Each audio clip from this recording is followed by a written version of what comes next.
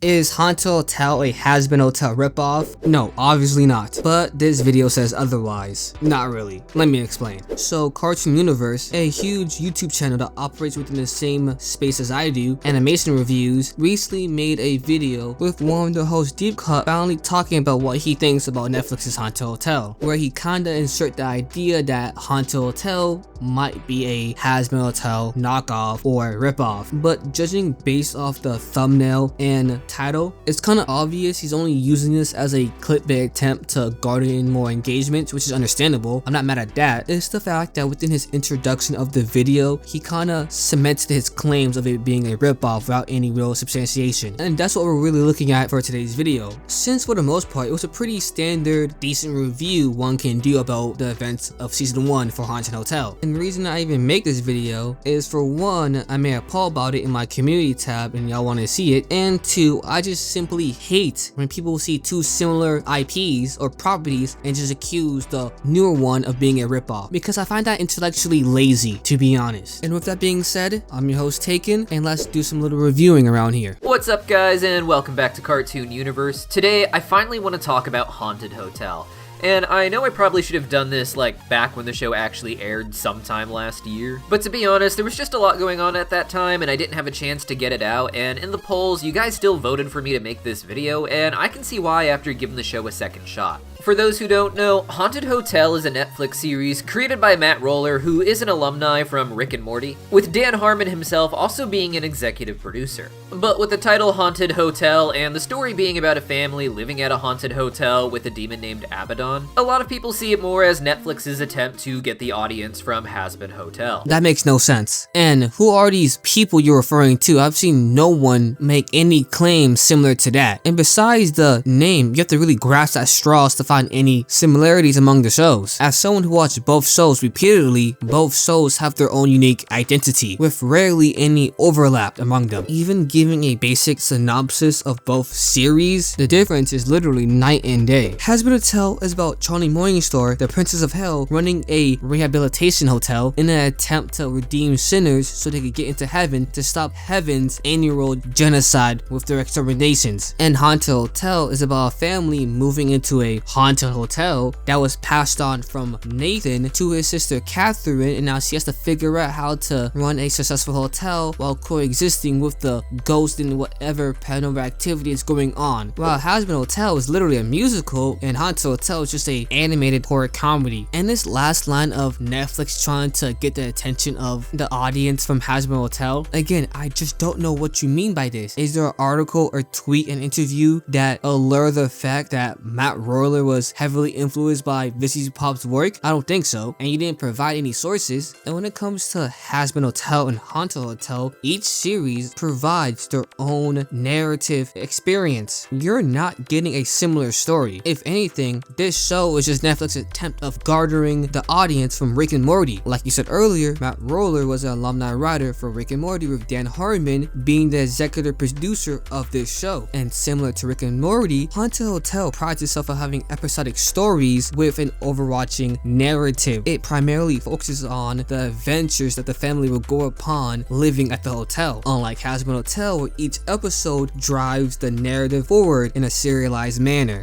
Honestly, I can just imagine some very old couple being like, "Oh look, it's that haunted hotel all the kids are talking about," and then trying to ask their Hazbin Hotel obsessed grandkids if they love Abaddon or not. But despite it being obviously an attempt to grab the Hazbin Hotel audience, and yet another attempt to make a new Rick and Morty. Obvious is a crazy thing to say, because wording like that within this framing makes it seem like what you're talking about is undeniably true, and it lacks the needed effort to substantiate your point you're making. It's fine if you think Haunted Hotel reminds you of Hazbin Hotel in your own way. I can't take that away from you. Besides each show having a hotel being the focal point of the series, what similarities do they really have other than vague concepts like demons and hell? Because the way the that both shows go about using demons and their stories are totally different and unique from each other. And even though the Rick and Morty influence is there due to the fact that they share a writer, calling Haunted Hotel a new attempt to make a new Rick and Morty still feels disingenuous due to the fact that Rick and Morty is a sci-fi show, unlike Haunted Hotel, which operates under a different type of genre. If anything, Justin Roiland's solar opposite is the new Rick and Morty because it keeps that zany sci-fi element. This show seems to have found a nice spot resonating with its audience, so let's discuss why.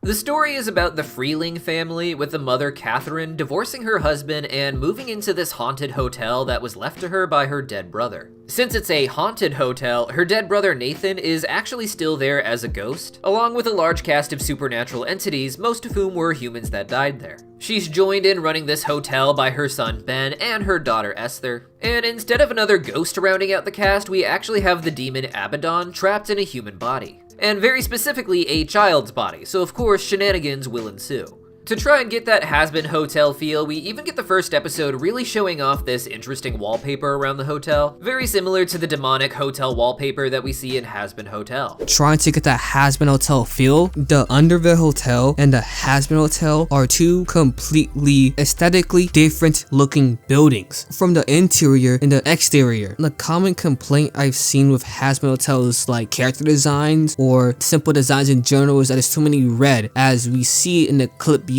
views. Vaggie and Charlie are both wearing red, while on a red couch in front of a red wall while wearing red accessories. And the clip of the Underville Hotel's interior that you showed off in this video has green stripes on white walls, with the only red thing being the carpet that Jesmeralda is like sitting on. Once you get past that, however, there's not a lot of similarity between these two shows. And because of that, a lot of Hazbin Hotel fans actually really like this show. They don't see it as related or part of some bigger metaverse where the two are connected. I don't see why anyone would have the assumption that both of these shows are connected, having a shared universe, due to the fact that, to my knowledge, both Vivian and Matt Roller have no prior connection or public association with each other. They don't have similar narrative structure, and they have different design philosophies. If you stop having a surface level approach to both series, you can obviously tell they are telling two completely different stories. These two shows are dead ass apples to oranges. For the rest of the video, he goes on to give a proper review of season 1 while giving notes on what he likes about the series so far. My only criticism is that he kind of disregards the narrative significance of Ben, which is kind of understandable because it took me a few rewatches to understand his character as well, with my last gripe of this video being this.